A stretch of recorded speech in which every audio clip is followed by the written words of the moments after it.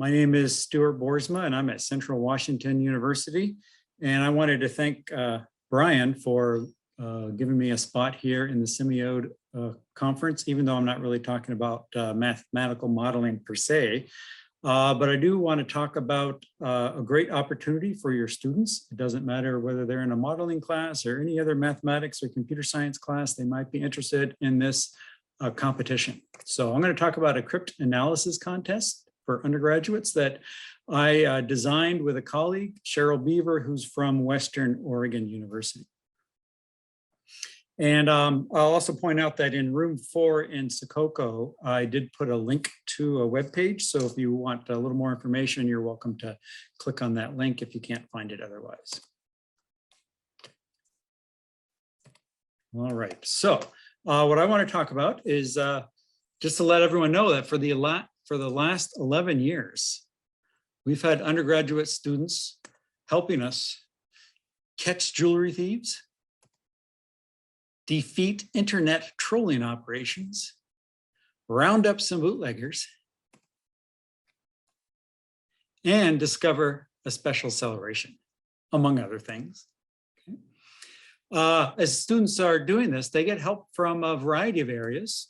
Sometimes they just end up with some crumpled pieces of paper that they got to sort through.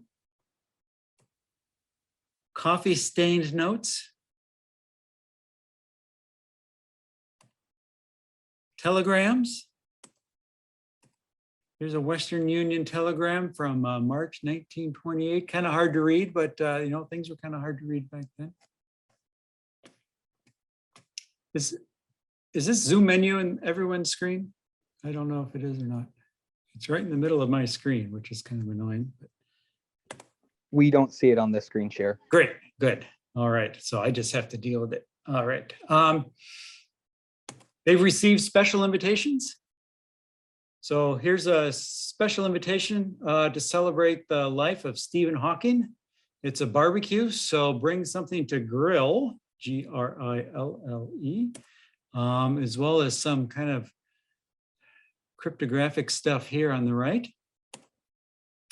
And sometimes some Zoom bloopers as well. This was our first competition that was held during the first pandemic year. It turns out here that in the upper right corner, there's a whiteboard behind somebody. And if you zoom in on that even further, there's some clues there to help students break a particular cipher. Ultimately, what the students have to do is make sense of stuff like this, which cryptologists would call ciphertext. So a bunch of seemingly garbled letters. This was from one of the competitions, or maybe it looks like that. We don't have to spend a lot of time looking at that, but that's what the students somehow have to unravel and make some sense of it. The contest this year is going to be held April 21st through the 25th. It is structurally modeled much like the MCM that a lot of you might be familiar with. We start on a Thursday afternoon, at least Pacific time, and we go to Monday afternoon on Pacific time. And we're usually in April. It moves around a little bit. It kind of depends on when our Pacific Northwest section of the MEA meeting is going to meet, so we don't conflict with that, as well as a few other things we try not to conflict with. But we always conflict with something. Unfortunately, that's just the way it goes. Students may compete individually or in teams of 2 or 3.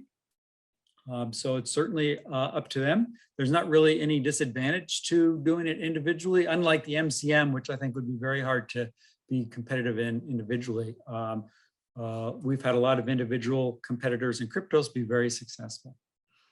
They receive the challenges and submit solutions all via the internet, and it's been that way since we first started 11 years ago. So easy to run in the pandemic. Virtually no changes took place because of the pandemic. And people can compete from anywhere as long as they have internet access. And they do have a chance to win some cool prizes. Okay, and certificates. We do get a modest amount of support from the Pacific Northwest section of the MAA, and so they give us a little bit of money so that we can send some prizes out to students. Typically, there are 3 challenges every year. I think of them as going up in an increasing level of difficulty, but different students find different challenges more appealing or easier or harder. So it doesn't really matter a whole lot. The goal is really just to solve as many as you can, as many as you have time for. This happens, as I said, from a Thursday to a Monday. Students are probably in class. Some have a lot of time to spend on this. Some may not have so much time. So whatever they feel comfortable doing. The time to solve is used for tie-breaking purposes. So if you're out there to compete for an actual prize or the coveted, I don't know if this will show up so well with my background, but this is the coveted Kryptos coffee mug. We give those out for first and second place winners. The solutions are much simpler than an MCM solution. So students don't have to spend hours and hours writing up their solutions. They have to give me the decrypted plain text, and I ask for a one-page maximum explanation of how they did it and a list of any internet resources if they ended up using the internet to help them at all. Okay, but it's not an onerous process at all. We eventually rank everybody. We have the top rank are the master code breakers. We call this achieving the Turing level of achievement if you solve all 3 of our challenges. If you solve 2 of the challenges, we call that the Babbage level of achievement, and we label them proficient code breakers. And then we have the pretty good level of achievement if they solve at least 1 challenge. Certificates, we used to print off and mail certificates back when the competition was a little bit smaller. Now I'll show you some stats in just a minute, but we do often have over 100, sometimes over 200 students competing. And so it just became a little bit of a hassle to print and mail all the certificates. So I don't do that anymore, unfortunately. But we do give out prizes for first and second place. Examples of some prizes. For instance, in 2014, we gave out some books. The first place winners received the Joy of X book, as well as Code Ciphers and Secret Writings. They received the Kryptos mug, and they got a subscription to the American Cryptogram Association. 1 year, like in 2011, we gave out DVD copies of a movie, Flatland. We've given out the Imitation Game, I believe, in the past. And so we've given out some pretty nice prizes. And again, first and second place always get a Kryptos coffee mug as well. There's a Kryptos coffee mug. So some of the challenges are pretty quick. Here's a challenge. This is the first challenge from the 3rd year we ran this. And does this zoom in? No, that doesn't zoom in. Okay. Maybe I'll just pause a minute. If you have an idea how you might solve this or what the underlying cipher might be, feel free to type that in the chat. I'm going to try to see if I can even find the chat. There it is. Somebody says Pigpen cipher. Okay, looks like a Pigpen cipher. That's exactly what it looks like. This cipher, sometimes referred to as Masonic Cipher too. Some of the Freemasons have used versions of this. If you try to solve this using sort of the standard Pigpen cipher key, it doesn't end up working. You get some gibberish. So it's a slight modification of the Pigpen cipher. Okay. In particular, let's see if I can get my screen going again. Let's get the chat out of there. I got too many Zoom windows here. Hang on. There we go. Okay, so when you're setting up a Pigpen cipher, you take the letters of the alphabet and you arrange them in, on the left, we sort of have a tic-tac-toe configuration, and then on the right, we just have that kind of an X there. And normally you would put the letters in alphabetical order, in some nice alphabetical order. These have been mixed up just a little bit. Instead of an A showing up, sorry about that. Instead of an A showing up on the left there, we have a K. If you look at the first letters left to right, they spell K-R-Y-P-T-O-S. So this is an example of using a keyed alphabet. So we typed in Kryptos, and then after that, we more or less put the letters in alphabetical order. And so the symbols that we saw on the page before, for instance, if you wanted to encrypt a K, you would just draw a vertical line coming down and then a line on the bottom, okay, to denote sort of the border of that upper left box. Or if you wanted to denote the C there, you would use the same configuration, but you'd put a little dot over it. And so all these symbols here basically just refer to the various borders of the places in those diagrams where those letters appear.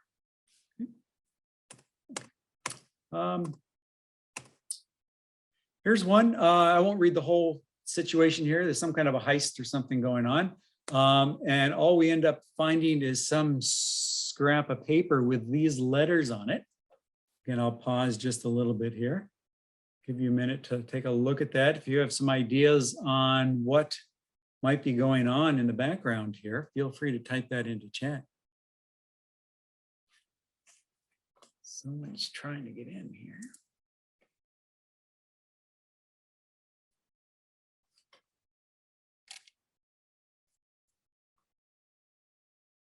Any observations of the text here? Anything you notice about the text? Okay, please help. You can start reading it. It seems to just look like normal English there at the beginning. You see, please help, although it's broken up into 3-letter chunks, it looks like. But then after that, it looks a bit more garbled. Fingers on a keyboard. Okay. Yeah, if you look at some of those letters, like there's a QRE, QWE, QWER, JKL, LKJH. Those letters are all kind of close together on a keyboard. So if you just have your hands kind of resting on the keyboard and you're just sort of typing kind of randomly, you might get something like this. Any other observations there in the way this is presented?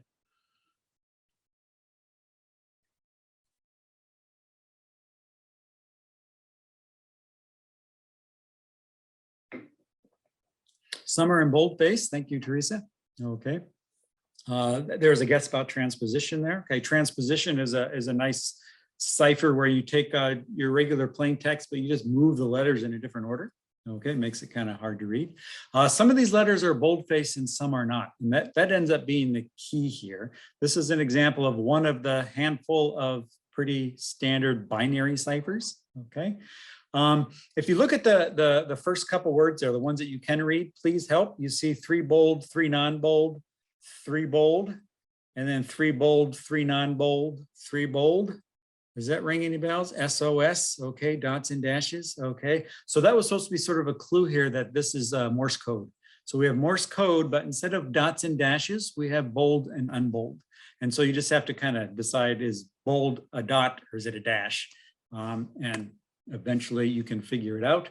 So if you assign dots and dashes to the bold or non-bold, you get corner of Haight-Ashbury at noon on Monday, which is where these group of thieves are going to meet. And so now we read their message and we can go capture them. Some ciphers are a little more involved. Okay, again, I'm not going to read the whole scenario here that the students were working on, but the bottom 3 lines of this slide are the ciphertext. So that's the gobbledygook that the students have to sort out. They were given one clue. They were given this funny sheet of paper here with had lots of colored arcs drawn on it. And again, I'll pause a minute here and let you take a look at that. See if you had that in front of you, what might you do with that? How could that be used as a clue to unravel some cipher?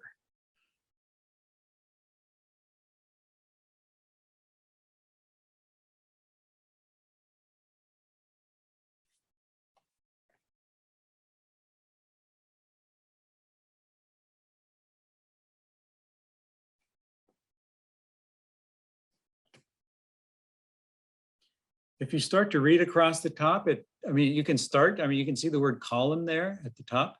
Okay, it looks like column up here. Oops.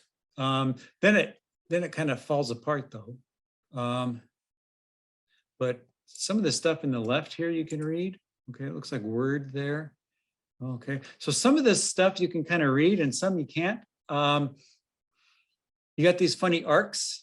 And also, if you kind of look, it looks like this piece of paper has been kind of divided up into 4 smaller rectangles. Okay, Jay typed in, rearrange the pieces to make a continuous curve. And that's excellent. If you actually just print this piece of paper out and cut it, and then just 4 corners, you just kind of move things around a little bit. you will get a nice, pretty picture where the curves are all back together again. And now you can actually read left to right, top to bottom. The letters are spaced funny. They come in singletons and pairs, but you can read across it. It says, this is an example of, can I read this? Of our new cipher. As you know, the first entry could be, and I'll stop reading here, but essentially this description describes a method of enciphering. For some people call this the AMSCO cipher, but you don't need to know that. All the information is given right here in this one piece of paper on how to encipher. And you just take your plain text like this one here, and you just start writing it down left to right. Although you can use one letter, you can start with one letter or a pair of letters, but after that you alternate. Okay. And then when you're all done, what you're going to do is take those columns and rearrange them like a columnar transposition, if you've seen that cipher before. And then the cipher text is then created by reading down the rows rather than across the down the columns rather than across the rows. So it jumbles the letters all up. Okay. Some letters that were together are going to get separated. Some letters that were in pairs are going to kind of stay together. So there's some order, but a lot of chaos kind of mixed in here as well. Oops.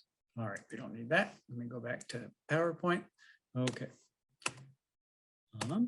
Okay, so real quick here, just in terms of participation, when we first started this about 11, 12 years ago, we had 48 people. We advertised just locally here in the Pacific Northwest. Since that time, things have grown. One year we had over 200 students compete. That was kind of a big year. It was great. It's great having those numbers, but another thing about this competition, which is a little bit different than like Putnam or MCM, it's happening in real time. Students are submitting their solutions in real time, and I try to respond to them as much as I can. So often everybody who sends in a solution, I will respond, maybe not immediately, but within a couple of hours, or at least the next morning if they're working at 2 in the morning. And I'll say, hey, good job, you got it. 2 more to go, you're doing well. And so I do this for all the participants. And so they get a little bit of encouragement. When we had 205 students, it was a little hard to keep up with all the email writing, but I still communicated with everybody individually. But we usually have between 100 and 150. That's really kind of what's typical. And we're getting people from across the United States now, usually anywhere from 15 to 20 different states participate, as well as people from other countries. 2, 3, 4, 5 different countries are often involved. Canada is pretty common. I have a high school in France that competes every year. And then a few other places I get folks to pop it in. Stuart, there's a question in the chat. So they can submit a solution at a time. So I think that's, yes. Can they submit a solution at a time? Yeah, in fact, they are encouraged to submit solutions as soon as they solve them. So if you get the first one, send your solution in, because that could be used for tie-breaking purposes. If for some reason no one else got no one else solved 2 problems and everyone only solved 1, whoever turned that in the first would get first place. Okay. I like this competition because most people who are trying are probably going to get at least one of these. And so this graph is showing that, again, I don't know, in terms of people who register, I don't know how many people decide not to work. But usually, anywhere between 50, 75% of the teams or students will solve at least one of these. Okay. And usually about 30, 40% of the people solve 2 of them, and anywhere from 10 to 25% of the participants end up solving all 3. So people usually feel pretty good about themselves.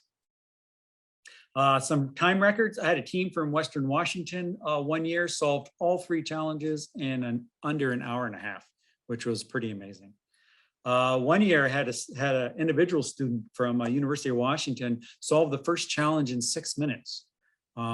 I don't know, to me, it probably took at least 3 or 4 minutes just to read it. And then boom, the solution came in a couple minutes later. It was pretty amazing. Students send me pictures, which I love getting. Okay, so there's a group on the left there working. On the right, here's a little impromptu device that some students built in order to help them with a columnar transposition cipher. There's a team on the left showing off their Kryptos mugs. Team on the right there showing their certificates. Okay, I still give people some PDF versions that they can print on their own.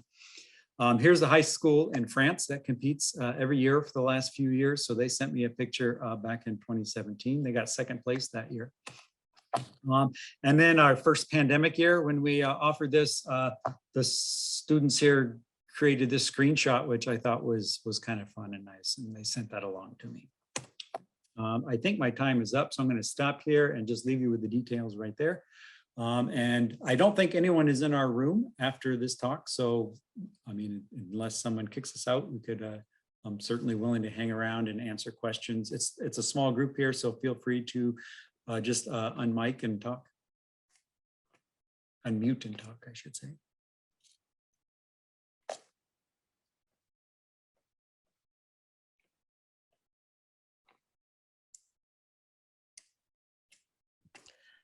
I got your Kryptos link in the chat, Stuart. I did want to mention to the other participants that I usually give this as an optional, as an option in my discrete mathematics class for computer science majors. So it's one thing that they can do that can help raise their grade. If they get 2 or 3 ciphers, I pretty much count it as something that will help their grade in the end. And I think my students have enjoyed it pretty well. Thank you. I know of other schools that incorporate the competition in their syllabus. So they're always asking me, oh, when's it going to be this year? So I can put it in my syllabus because I want my students to compete in it. You don't have to have an actual cryptology class. Most of the students that are competing are not in cryptology classes, and so you don't need any high-level mathematics. There's no factoring of primes. There's no number theory going on here. It's really just classical kind of problem solving, playing around with linguistics, frequency analysis, things like that. Some familiarity with basic ciphers is helpful. I mean, if you're going to be a first or second place winner, that'll probably be helpful. But at the level of, like reading Simon Singh's The Code Book, for instance, would be a nice introduction, something a student could read over spring break and then be up and ready to go for the competition in April. That might be a good suggestion for me to send a message to my students before the spring term when we start with that suggestion. Also on the Kryptos webpage, there are some suggestions or resources if you want to learn about cryptology on your own. The code book is listed as well as some other things. Every challenge from every previous Kryptos competition is posted with solutions. So just kind of working through those is also a nice way to go. Well, I want to thank everyone for coming by today and send your students my way. Thank you.